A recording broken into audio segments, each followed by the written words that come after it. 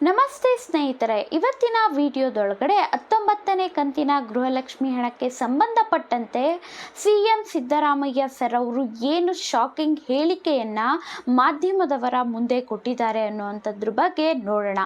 19ನೇ ಕಂತಿನ ಗೃಹಲಕ್ಷ್ಮಿ ಹಣ ನಿಜವಾಗ್ಲೂ ಬಿಡುಗಡೆಯಾಗಿದೆಯಾ, ಇಲ್ಲ ಆಗಿಲ್ವಾ, ಯಾವ ಜಿಲ್ಲೆಯವರಿಗೆ ಆಗಿದೆ, ಯಾರಿಗೆ ಆಗಿದೆ, ಈಗಾಗಲೇ ಯಾರಿಗೆಲ್ಲ ಬಂದಿದೆ, ನಿಜವಾಗ್ಲೂ ಬಂದಿದೆಯಾ ಇಲ್ವಾ, ಎಲ್ಲ ಕೂಡ ಇದೇ ಒಂದು ವಿಡಿಯೋದೊಳಗಡೆ ನಾನು ನಿಮಗೆ ಮಾಹಿತಿಯನ್ನು ತಿಳಿಸ್ಕೊಡ್ತೇನೆ. ಅದಕ್ಕೂ ಮುಂಚೆ ನೀವೇನಾದರೂ ನಮ್ಮ ಚಾನಲ್ಗೆ ಹೊಸಬ್ರಾಗಿದ್ದೀರಾ ಅಂತ ಅಂದರೆ ಸಬ್ಸ್ಕ್ರೈಬ್ ಮಾಡಿಕೊಂಡು ಒಂದು ಲೈಕ್ ಮಾಡೋದನ್ನು ಮರಿಬೇಡಿ.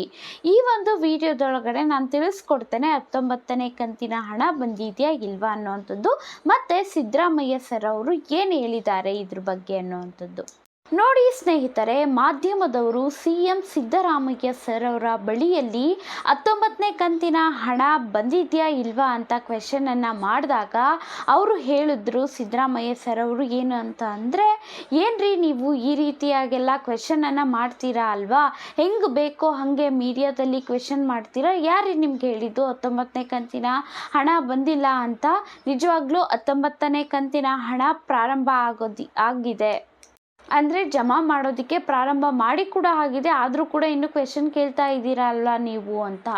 ಹಾಗೆ ನೋಡೋದಾದರೆ ರಾಜ್ಯ ಸರ್ಕಾರ ಹೇಳ್ತಾ ಇರೋವಂಥದ್ದು ಕೂಡ ನಿಜ ಸ್ನೇಹಿತರೆ.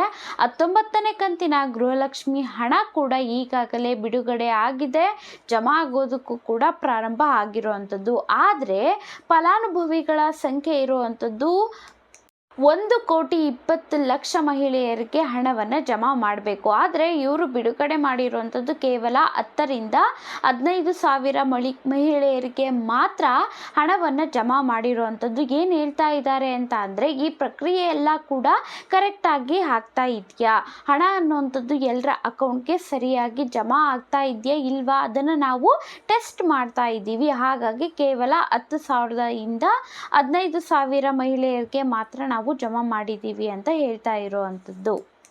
ಒಟ್ಟಿನಲ್ಲಿ ಪಾಪ ಎಷ್ಟೋ ಜನ ಮಹಿಳೆಯರಂತೂ ಈ 2,000 ರೂಪಾಯಿಗಂತೂ ವೆಯ್ಟ್ ಮಾಡ್ತಾನೆ ಇರ್ತಾರೆ. ಏಕೆಂದರೆ ಅವರು ಅವರದೇ ಆದಂತಹ ಕಮಿಟ್ಮೆಂಟ್ಸನ್ನು ಇಟ್ಕೊಂಡಿರ್ತಾರೆ ಈ ಒಂದು 2,000 ರೂಪಾಯಿಯಿಂದ. ಹಾಗಾಗಿ ಕಷ್ಟದಲ್ಲೂ ಕೂಡ ಇರ್ತಾರೆ, ಆದಷ್ಟು ಬೇಗ ಬರಲಿ ಅಂತ ಅಂದ್ಕೊಂಡಿರೋವಂಥದ್ದು. ಸೊ ಈ ಒಂದು ತಿಂಗಳ ಕೊನೆಯೊಳಗಡೆನೆ ಬರೋ ಅಂಥದ್ದು, ಇಲ್ಲ ಅಂತಂದರೆ ನೆಕ್ಸ್ಟ್ ತಿಂಗಳ ಸ್ಟಾರ್ಟಿಂಗ್ ಒಳಗಡೆನೆ ಎಲ್ರಿಗೂ ಕೂಡ ಬರುತ್ತೆ ಅಂತಲೇ ಹೇಳ್ಬೋದು. ಇನ್ನೊಂದು ಕ್ವೆಶನನ್ನು ಮೀಡಿಯಾದವರು ಸಿದ್ದರಾಮಯ್ಯ ಅವರಿಗೆ ಹೇಳ್ತಾ ಇದ್ರು, ಏನು ಅಂತ ಅಂದರೆ, ವಿರೋಧ ಪಕ್ಷದವರು ಕೂಡ ಹೇಳ್ತಾ ಇದ್ದಾರೆ, ನೀವು ಸಾಲ ಮಾಡ್ಕೊಂಡ್ಬಿಟ್ಟಿದ್ದೀರಾ, ನಿಮ್ಮ ಹತ್ರ ಹಣ ಇಲ್ಲ ಅಂತ. ಅದಕ್ಕೆ ಕೋಪ ಆದಂತಹ ಸಿಎಂ ಸಿದ್ದರಾಮಯ್ಯ ಸರ್ ಅವರು ಹೇಳ್ತಾರೆ, ಮೋದಿಜಿ ಸರ್ಕಾರ ಬಂತು ಅಲ್ವಾ 10 ವರ್ಷದ ಹಿಂದೆ, ಅವರು ಕೂಡ 50,11,000 ಕೋಟಿಗಿಂತ ಅಧಿಕ ಅವರು ಸಾಲವನ್ನೇ ಮಾಡ್ಕೊಂಡಿದ್ರು. ಅದು 10 ವರ್ಷದ ಹಿಂದೆ. ಇವಾಗಂತೂ 200 ಲಕ್ಷ ಕೋಟಿಗಿಂತ ಜಾಸ್ತಿ ಸಾಲ ಇದೆ. ಅವ್ರಿಗೆ ಯಾಕೆ ನೀವು ಪ್ರಶ್ನೆ ಮಾಡ್ತಾ ಇಲ್ಲ, ನಿಮ್ಮದೇನು ತಪ್ಪಿಲ್ಲ ಬಿಡಿ. ವಿರೋಧ ಪಕ್ಷದವರು ಇದ್ದಾರಲ್ವಾ, ಯಡಿಯೂರಪ್ಪ ಅವರು ಆಗಿರಬಹುದು, ಜಗದೀಶ್ ಶೆಟ್ಟರ್ ಅವರು ಆಗಿರ್ಬೋದು, ಬಸವರಾಜ ಬೊಮ್ಮಾಯಿ ಅವರು ಆಗಿರ್ಬೋದು, ಅವರು ನಿಮಗೆ ಎಲ್ಲ ಹೇಳ್ಕೊಡ್ತಾ ಇರೋವಂಥದ್ದು. ಇದರಿಂದ ಒಟ್ಟಿನಲ್ಲಿ ಜನರ ಹತ್ರ ಎಲ್ಲ ನಮ್ಮನ್ನು ಸಣ್ಣವರನ್ನಾಗಿ ಮಾಡಿಸ್ತಾ ಇದ್ದೀರಾ ಅಷ್ಟೇ ಅಂತ ಹೇಳ್ತಿರೋವಂಥದ್ದು. ಒಟ್ಟಿನಲ್ಲಿ ಯಾರು ಏನಾದರೂ ಇದು ಮಾಡ್ಕೊಳ್ಳಿ, ಇವರಂತೂ ಗ್ಯಾರಂಟಿ ಯೋಜನೆ ಅಂತ ಕೊಟ್ಟಿದ್ರು. ಸೊ ಕಷ್ಟಪಡ್ತಾ ಇರ್ತಾರೆ ಒಂದಷ್ಟು ಮಹಿಳೆಯರು, ಈ ಒಂದು ಗೃಹಲಕ್ಷ್ಮಿ ಹಣಕ್ಕೆ ವೆಯ್ಟ್ ಮಾಡ್ತಾ ಇರ್ತಾರೆ. ಹಾಗಾಗಿ ಆದಷ್ಟು ಬೇಗ 19ನೇ ಕಂತಿನ ಗೃಹಲಕ್ಷ್ಮಿ ಹಣವನ್ನು ಎಲ್ರಿಗೂ ಕೂಡ ಜಮಾ ಮಾಡಲಿ ಅಂತ ಕೇಳ್ಕೊಳ್ತೀವಿ. ನಿಮಗೆ ಏನನ್ಸುತ್ತೆ ಇದ್ರ ಬಗ್ಗೆ ಅನ್ನುವಂಥದ್ದನ್ನು ಕೂಡ ಕಮೆಂಟ್ ಮಾಡಿ ತಿಳಿಸೋದನ್ನು ಮರಿಬೇಡಿ. Thank you for watching.